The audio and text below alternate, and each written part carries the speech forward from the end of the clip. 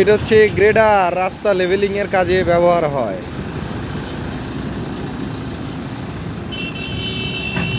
সামনের এই ইকুইপমেন্টের নাম হচ্ছে টায়ার এক্সকাভেটর।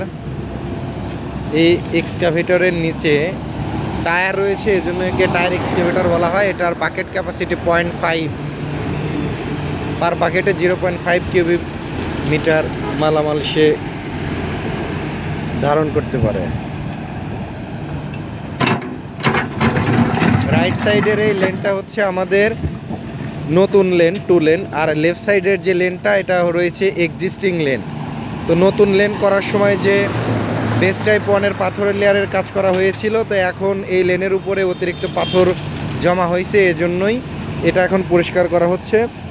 এটা সামনে 2-1 দিনের মধ্যে এই জায়গাটায় অ্যাসফল্ট করা হবে বা বিটুমিনের কাজ করা হবে।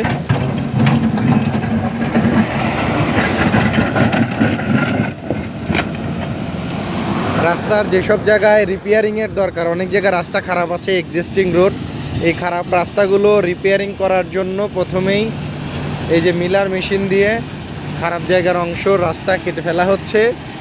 তারপরে এই জায়গাগুলো আগামীকাল বা পরশুর মতো প্রাইম কোট করে তারপরে এখানে অ্যাসফল্ট করা হবে।